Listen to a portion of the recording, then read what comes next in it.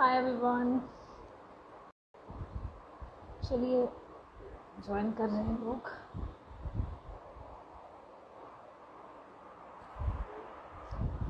Sorry guys, मैं थोड़ा सा लेट हो गई।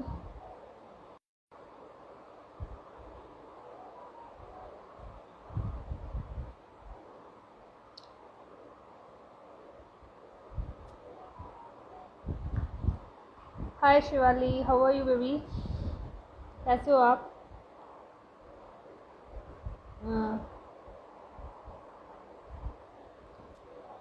एक्चुअली ये जो लाइव सेशन है ये एक टीवी वॉरियर के साथ है। एक्चुअली 2 लाइव सेशन है। First I will conducted with Kavita Vishisht. After that एक और वॉरियर के साथ करूँगी मैं लाइव सेशन कंडक्ट। तो अभी मैं कविता विशिष्ट को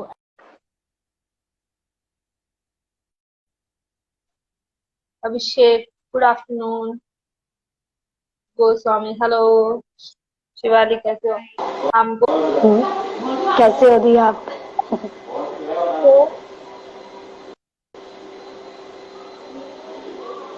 वॉइस इज ब्रेकिंग। नहीं, वॉइस नहीं आ रही है क्लियरली।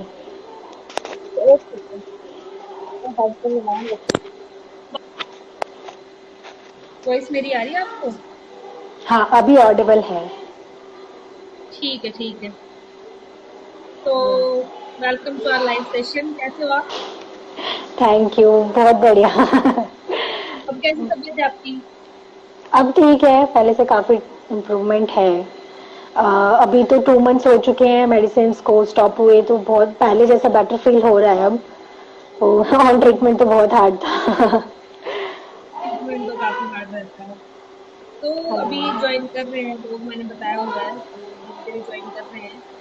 तो हम स्टार्ट करते हैं लाइव सेशन। मुझे यूट्यूब पे अपलोड कर दूंगी। अभी मुझे नहीं पता था कि टीवी मुझे कैसे हुआ। ना तो हमारा फैमिली हिस्ट्री है, कुछ भी ऐसा नहीं है।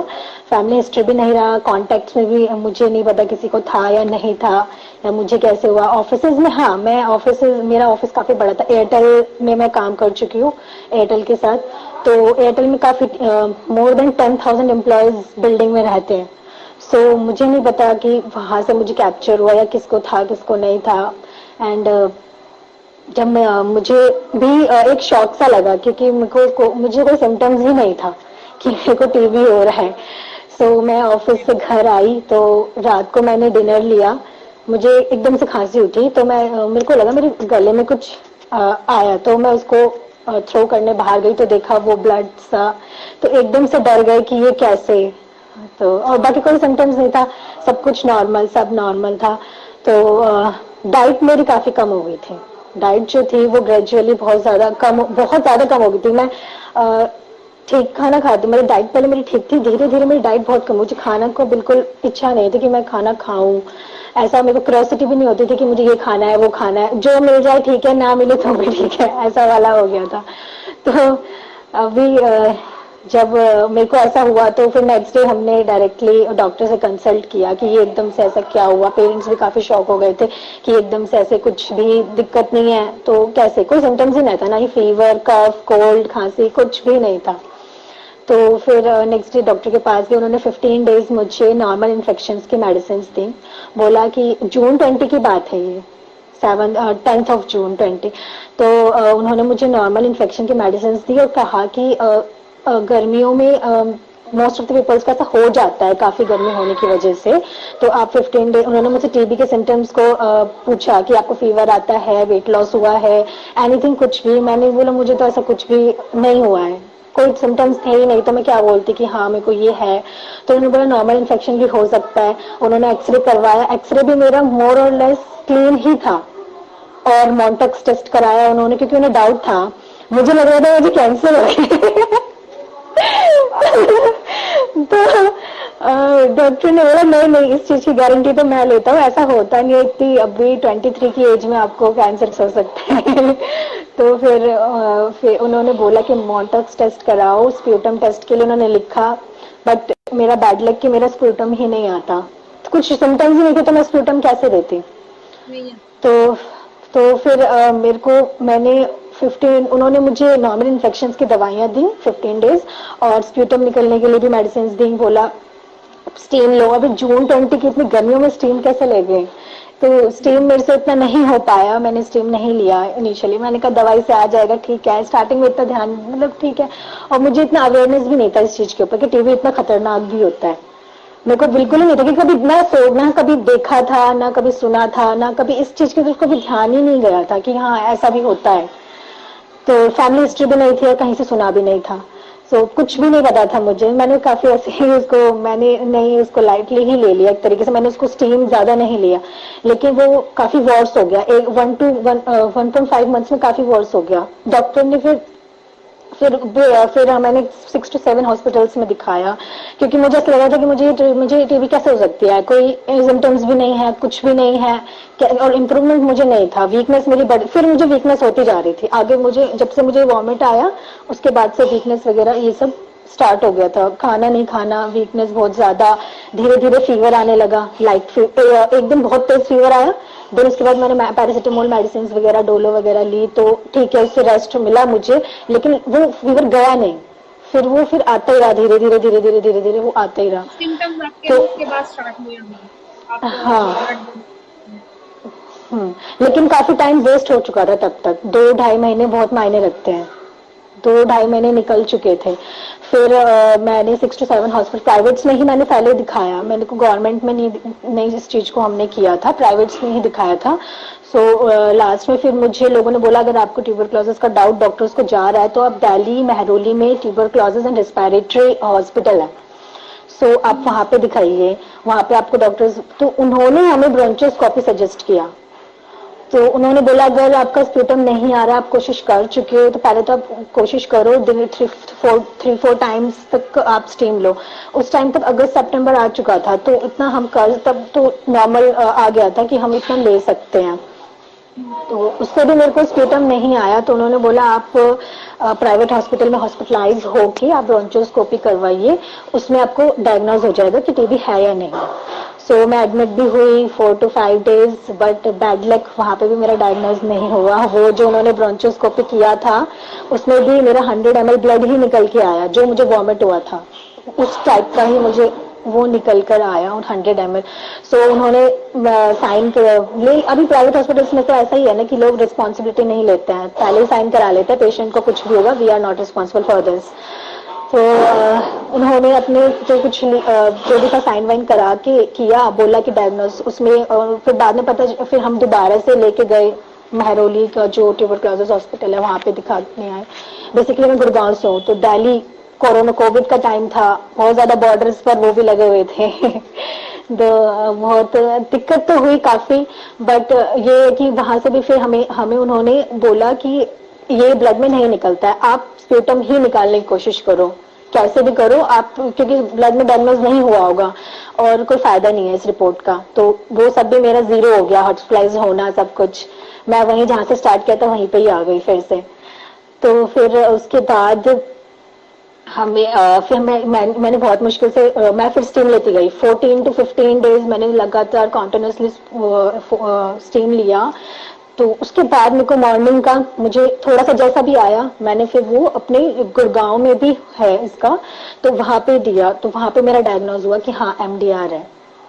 फिर वहीं से फिर मेरा ट्रीटमेंट चला। हाँ, यही था कि मेरा ना डायग्नोज नहीं हुआ, ऊपर से ना ही फैमिली हिस्ट्री थी, और कुछ भी ना फैमिली नहीं थी, और कभी ना सुना, कुछ भी नहीं था कि ऐसा भी हो सकता है। मुझे लग रहा था मुझे कोई और ही बीमारी है, मुझे ये भी नहीं है, ये था।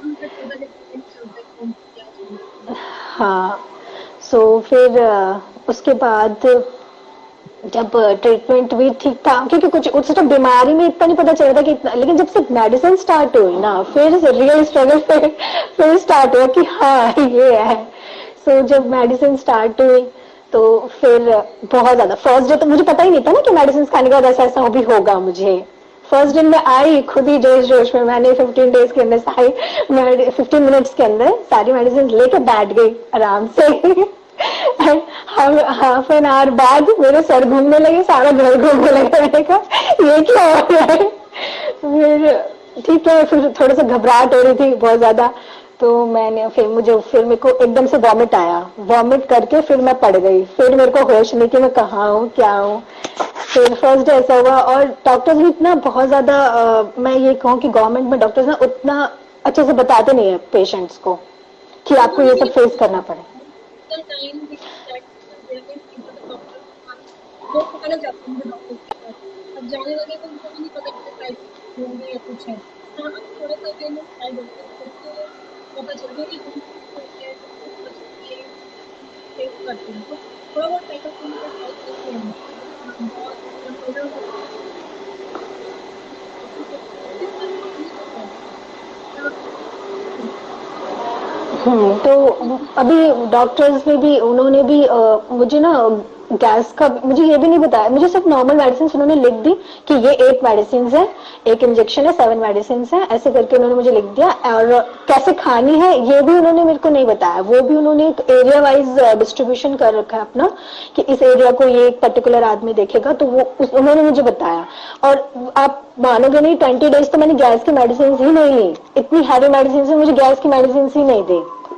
और मैंने उन्हें बोला कि मुझे इतनी प्रॉब्लम हो रही है, ये हो रहा है, वो हो रहा है, काफी ज्यादा बोला, क्योंकि ना मेडिसिन लेने के बाद ये पूरा चेस्ट इतना हैवी हो जाता है ना कि सांस ही नहीं ले जाती, मुंह मतलब ऐसा लगता है मुंह से बोलेंगे तो वॉमिट हो जाएगा, कुछ भी ऐसा बोला ही नहीं जाता था कि हम किसी से बोले। मेरे को पानी भी लेना आता था, मैं बोलती थी मुझे मतलब इशारे से कि पानी दे दो, ऐसा हाल हो गया था कि मतलब बिल्कुल बोला नहीं जाता था।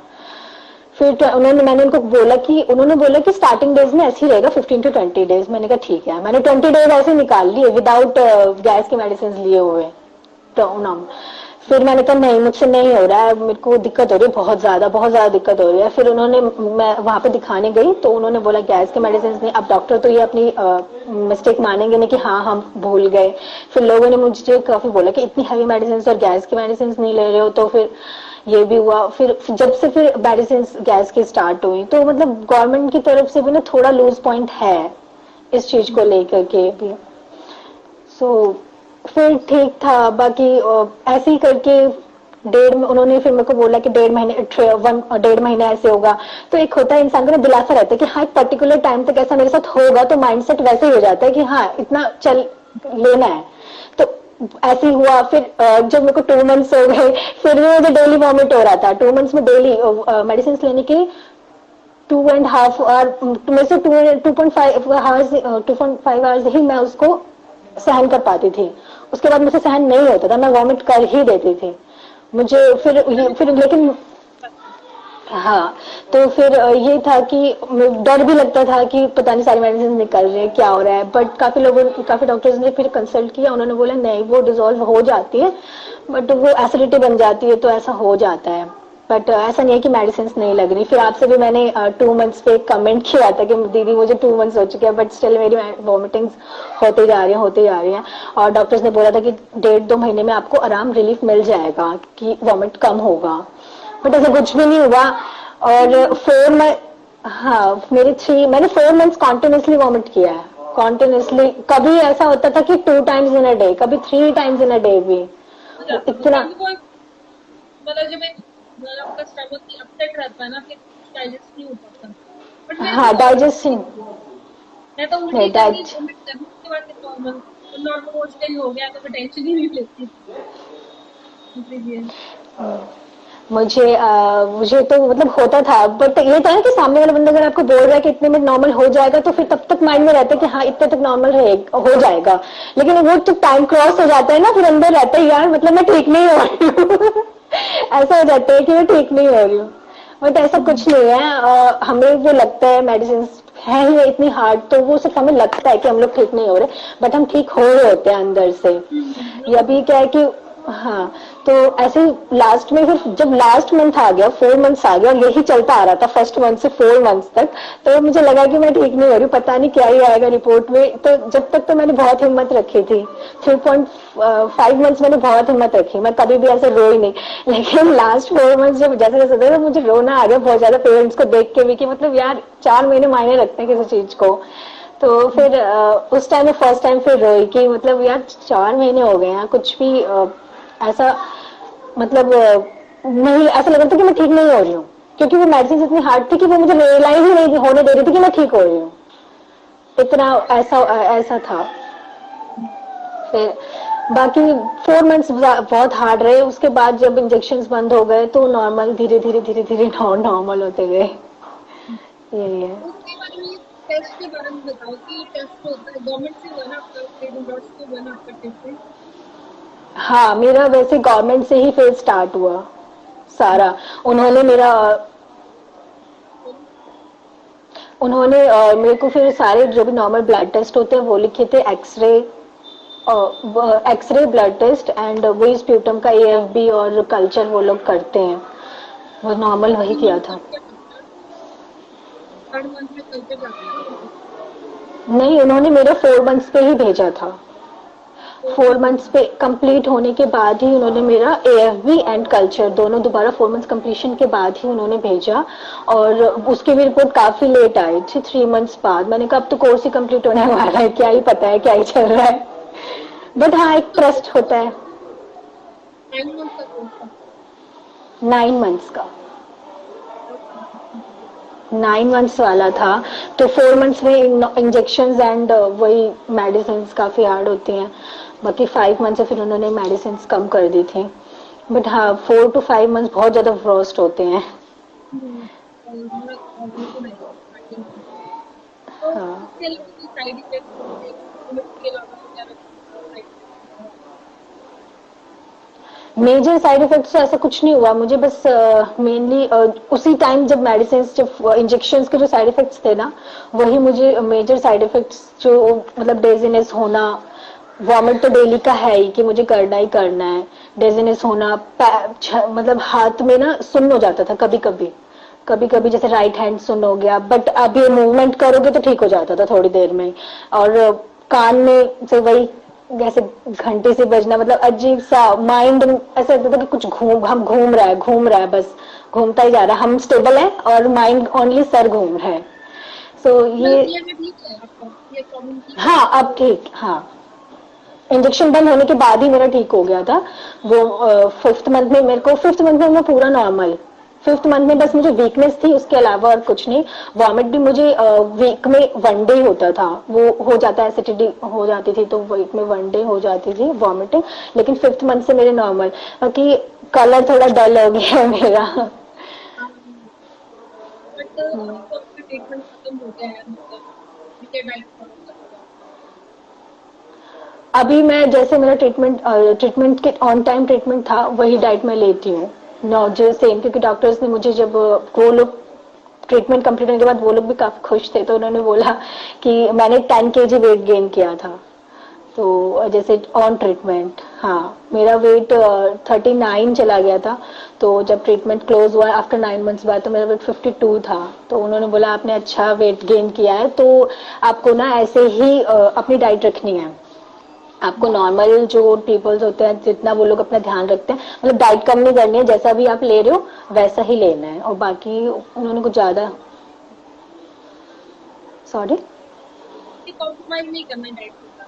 हाँ उन्होंने यही बोला था, बाकी अपना ध्यान रखना है, ज्यादा क्राउडेड एरिया में नहीं जाना है, वैसे भी अभी आजकल तो कोरोना चल रहा है तो वैसे भी अलाउ नहीं है।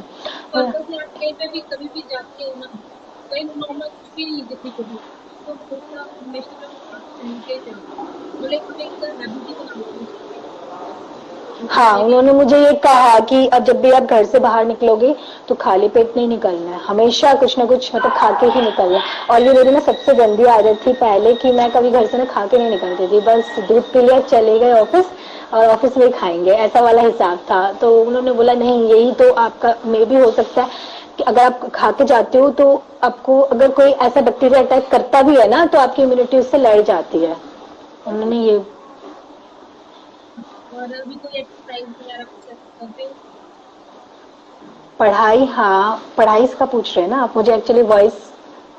एक्सरसाइज एक्सरसाइज, हाँ एक्सरसाइज में मैं योगा करती हूँ, कौन कौन सी योगा मतलब करती हूँ।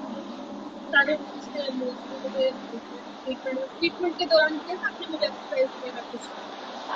ट्रीटमेंट के दौरान वैसे हो नहीं पाता था, बट मैं कोशिश करती थी, हो नहीं, मैं नॉर्मल अनुलोम विलोम कर लिया, कपाल भाती कर लिया, बटरफ्लाई कर लिया, और नॉर्मल जिससे कि मेरे को रिलैक्स मिले, ओम का उच्चारण कर लिया, ऐसे नॉर्मल जिसमें कि मूवमेंट्स कम हो, मिले बॉडी को, तो इस टाइप का ही मैं करती थी ऑन ट्रीटमेंट। लेकिन अभी ट्रीटमेंट कंप्लीट होने के बाद थोड़ा बहुत जो मूवमेंट वाला होता है अपना, वो ये योगासन तो कर ही लेती हूँ 5 to 6, और थोड़ा बहुत अपना एक्सरसाइज कर लिया। बट समटाइम्स ज्यादा एक्सरसाइज कर लेती हूँ तो बॉडी में होता है, पेन होने लग जाता है। टायर्डनेस भी हो ज्या- जाती है, वो तो है। ज्यादा लेकिन अभी ना, मतलब वो बहुत ज्यादा स्ट्रेच नहीं करना है अपनी बॉडी को, उतना मतलब हाँ, अगर ज्यादा स्ट्रेच हो जाता है ना तो फिर वो पेन करता है, वो इन्फेक्शन वाला एरिया ज्यादा पेन करता है, और तो नॉर्मल वो ज्यादा करता है। कुछ तो चेस्ट पेन वगैरह रहती है अभी? क्या चेस्ट चीज? Pain, chest pain. हाँ, चेस्ट पेन का वो है, मैं वही आपको बता रही हूँ कि जैसे एक्सरसाइज करती हूँ, मूवमेंट्स होती है ना, तो इन्फेक्शन वाले एरिया में मेरे को पेन हो जाता है। ओके। वो तो भी है क्योंकि अब। जैसे मेरा भी ट्रीटमेंट को टाइम हो गया है, 3 साल तो हो गए, बट स्टिल मुझे ना कभी कभी चेस्ट पेन निकल जाती है बीच बीच में। हाँ, जैसे अभी कुछ हैवी आपने उठा लिया, क्योंकि अभी हमें लगता है हम नॉर्मल है, हम ठीक है, तो ना ध्यान में इतना रहता नहीं कि हमें हैवी चीज नहीं उठानी है, तो वो बाइंस उसे उठा लेते हैं ना हम लोग, तो उस टाइम नहीं आपको कुछ पता चलेगा, लेकिन नेक्स्ट डे या फिर रात को पता चलेगा कि हाँ कुछ हुआ है, ऐसा है। भी पता नहीं कितना टाइम लगेगा इसको ओवर पूरा बॉडी को रिकवर होने में। अभी 2 मंथ्स तो हो चुके हैं, बट स्टिल अभी भी अगर हैवी चीज उठा लो तो हो जाता है पेन। हैवी खानी नहीं है, मैं अभी तक नहीं खाती हैवी, क्योंकि जिस साइड इन्फेक्शन है उस साइड तो अवॉइड करो हैवी खाना। हाँ, बट और खाना जब अभी ये है बैलेंस ना। करके खा दो एक साइड नहीं, क्योंकि वो एक से पूरा जोर पड़ जाता है ना, तो मे बी फूड हम्म, वगैरह जो होता है जब हम लोग होते हैं वो मतलब हील हो रहा है तो हिल जाता है, इस वजह से प्रॉब्लम आ जाती है।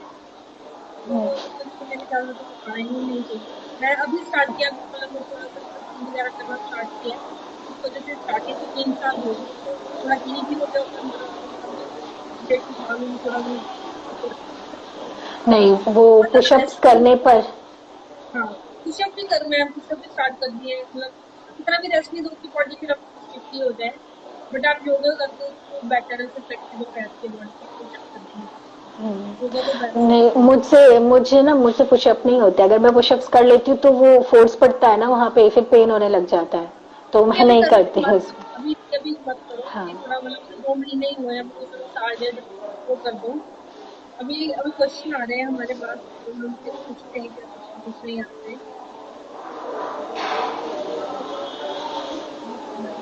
थोड़ा वेट बढ़ाने का नुस्खा बताओ, वेट कैसे बढ़ाना है। सॉरी। ये पूछ रहे हैं कि वेट बढ़ाने का कोई नुस्खा बताओ, मतलब वेट बढ़ाने के लिए नुस्खा। वेट बढ़ाने का, मैं बचपन से ही ना अंडर वेट रही हूँ, मैं आपको सच बताऊँ तो मेरा वेट मैक्सिमम 45-46 यहीं पे ही स्टक हो जाता था, 45-46 के ऊपर मैं कभी गई ही नहीं। लेकिन अभी टीबी ट्रीटमेंट के बाद आई डोंट नो कैसे इतना गेन हो गया, मैं भी बहुत खुश हूँ कि अच्छी अभी बात है। अभी 53 है मेरा। तो ये है कि मैंने क्या है कि कुछ काम तो होता नहीं था खाने के अलावा सारे दिन तो मॉर्निंग में जैसे उठे तो नॉर्मल जैसे अपना बादाम हो गया, ये अपने रेजन्स हो गए, और अखरोट, ये 3 चीज भिगा लो थोड़ा सा, ये मैंने कॉन्टिन्यूसली 2-3 मंथ्स किया है। तो वो खा लो मॉर्निंग में उठ के। देन फिर आपसे भी मैंने एक बार सजेस्ट किया था कि दी मैं क्या क्या खाऊं, आप मुझे चार्ट बना के दीजिए जिससे कि मेरे को पता, क्योंकि ऐसा होता था ना कि ऐसा फील होता था कि मैं इतना खा रही हूँ बट फिर भी मुझे एनर्जी नहीं आ रही है। ये होता था कि इतना खा रही हूँ फिर भी एनर्जी नहीं आ रही है, ये नहीं था कि वो मेडिसिन की वजह से ऐसा हो रहा है, लग रहा था कि ठीक ही नहीं हो रही और मैं कितना खाऊं कि मेरे को एनर्जी आए ऐसा होता था। मेडिसिन की वजह से ये चीजें रहती है कि नहीं हाँ, एनर्जी, मतलब कोई डल रहा है, कोई बाकी आपको ठीक नहीं जाते जब आप मेडिसिन लेते हो, कोई दिन तो इतने बेकार जाते हैं ना कि आप उठ भी नहीं पाते, तो ये मतलब चलता रहता है उसमें। तो एक एक हाँ। दूसरे के लिए मोमोज खा सकते हैं,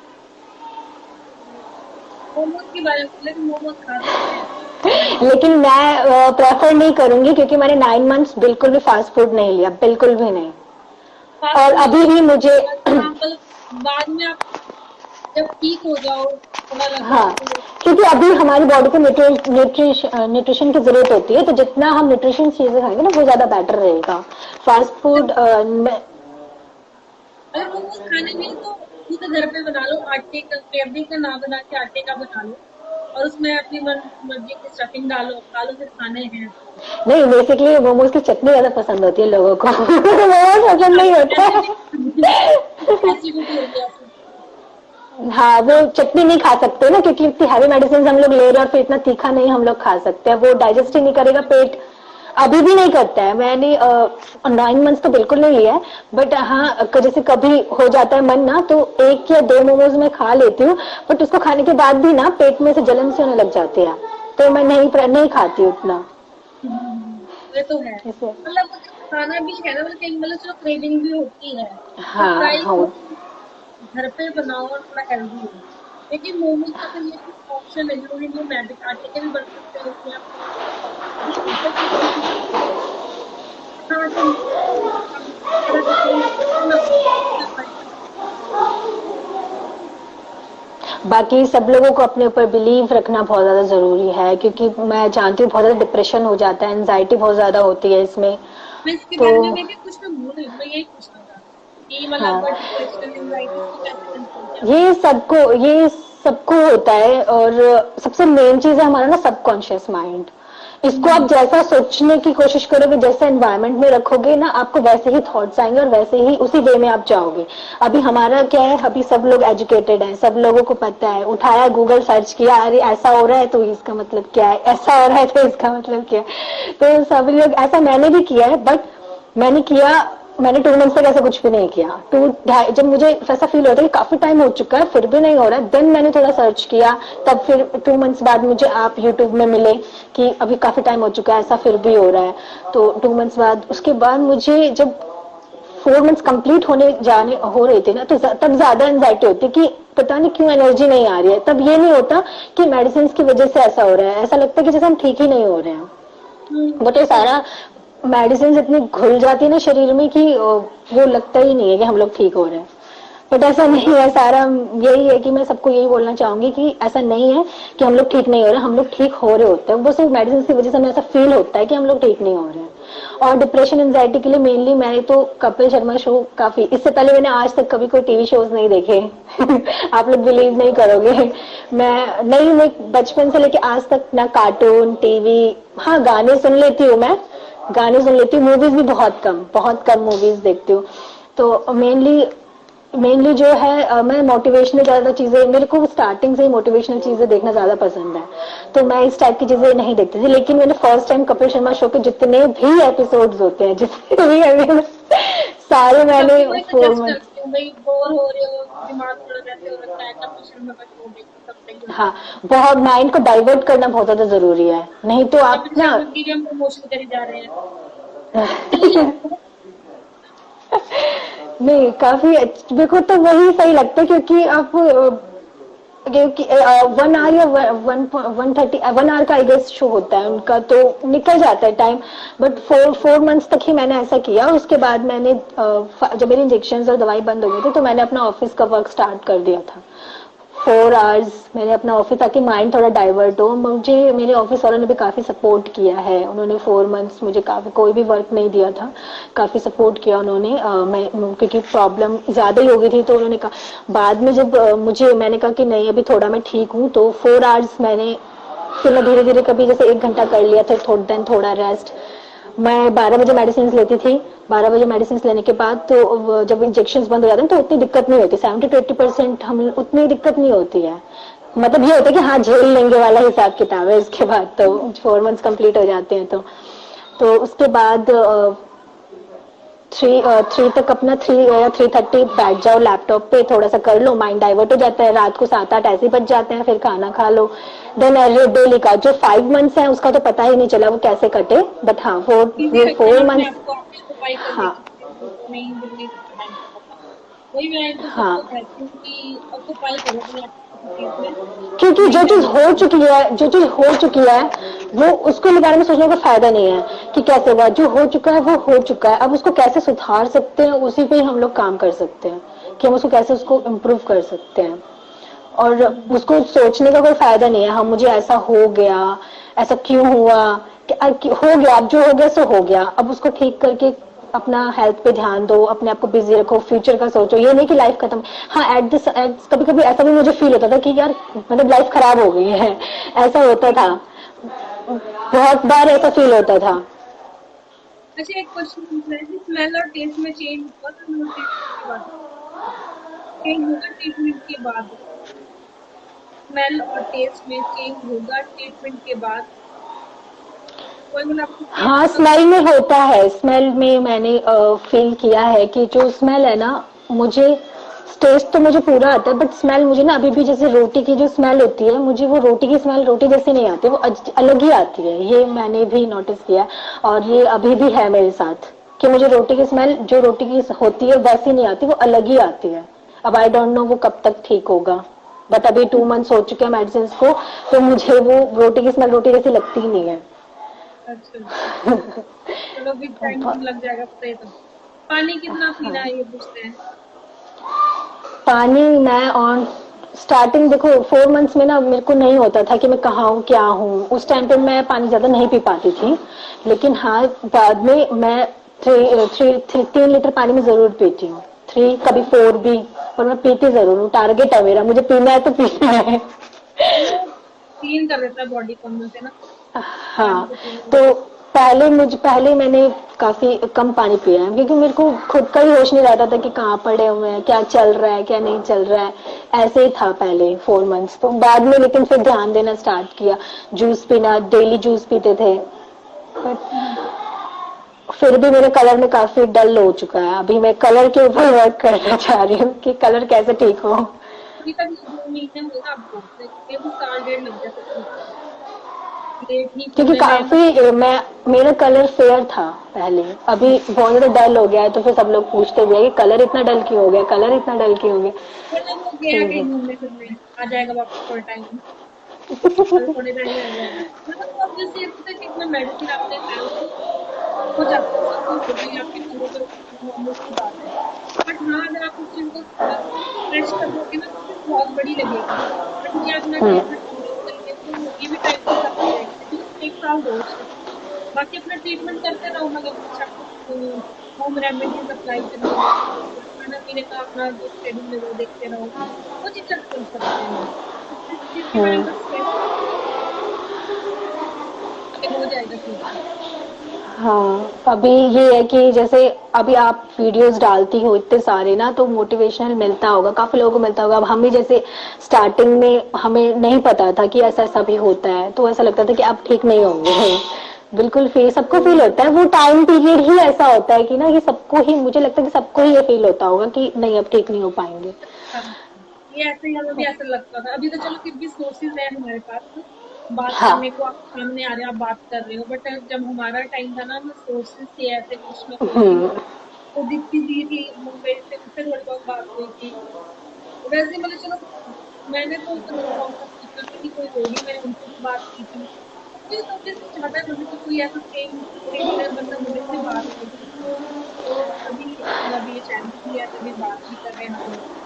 बाकी यही है बस। आप क्या एडवाइस देना चाहते हैं जो ट्रीटमेंट पे हैं, उनको क्या एडवाइस देना चाहते हैं? उनको मैं यही बोलना चाहूंगी ना कि अपने अपने ऊपर फील, अपने ऊपर भरोसा रखो, और ये है कि आप लोग ठीक हो जाओगे डेफिनेटली। 101% श्योरिटी है कि ठीक हो ही जाएंगे।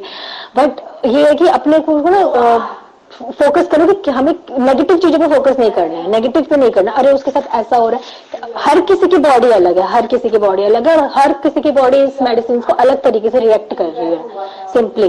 तो ऐसा नहीं है कि हमारे साथ भी ऐसा हो जाएगा, ऐसे नहीं सोचना है कि उसके साथ ऐसा रहा तो मेरे साथ भी हो जाएगा।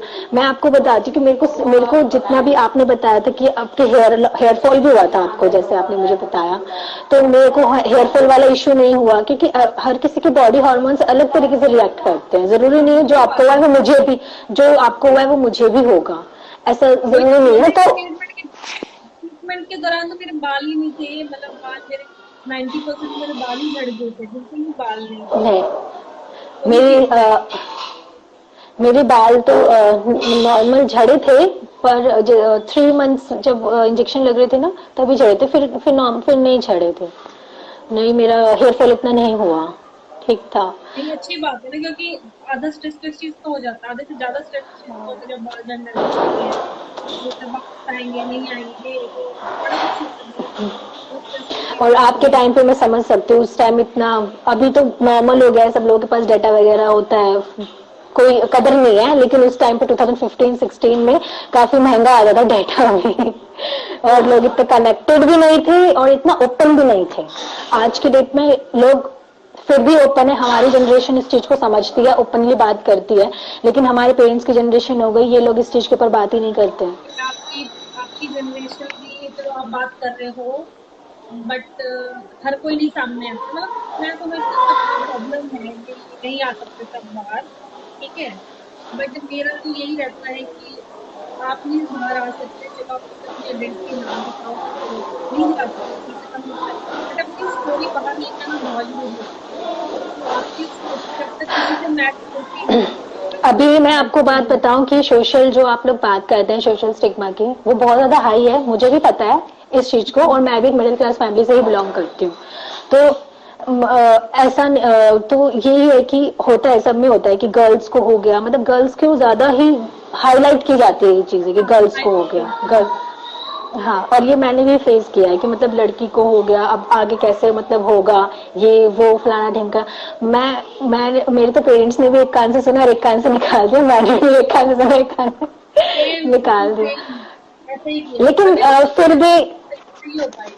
फिर भी फिर भी मैं तो इस चीज को इतना नहीं लेती हूँ, बट पेरेंट्स के मन में फिर भी रहता है कि पता नहीं कैसे होगा करके, उनको है, पर मुझे इतना नहीं है, मैं इतना वो नहीं लेती इस चीज को कि ऐसा हो गया, ठीक है, भगवान ने कुछ अच्छा ही लिखा होगा, आगे भी जब इतनी मुसीबत से निकाल दिया तो आगे भी निकाल ही देंगे, कुछ ना कुछ तो हो ही जाएगा।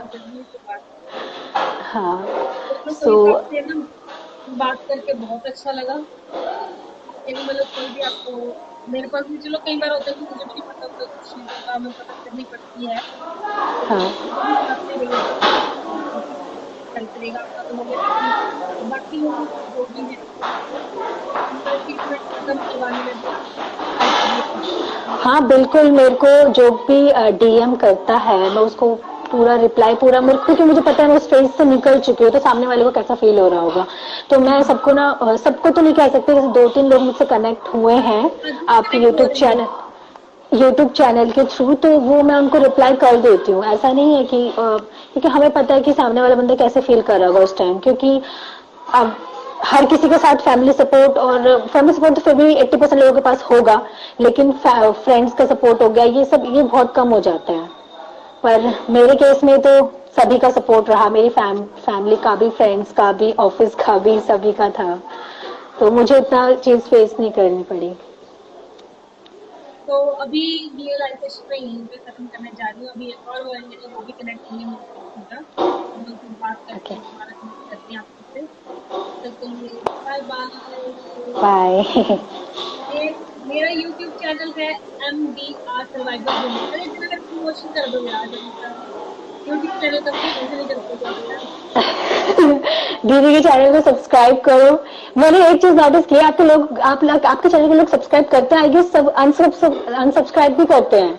एक हाँ? दिन मैंने नंबर देखा, आपका जो सब्सक्राइबर्स का नंबर है, एक दिन वो बढ़ा था, देन मैंने अगेन एक बार नोटिस किया तो वो डाउन गया था, तो ऐसा पता नहीं क्यों करते हैं लोग, उसको सब्सक्राइब करके अनसब्सक्राइब कर रहे थे। नहीं मतलब जब ये होता ही है, मतलब आई डोंट नो यूट्यूब की तरफ से होता है, ये लोग भी कर देते होंगे। जैसे कोई एक बार 4-5 ऐसे सब्सक्राइबर बढ़ गए एक बार में, फिर 2 दिन कम हो जाएंगे, ये हाँ ये चलता मैंने, रहता है।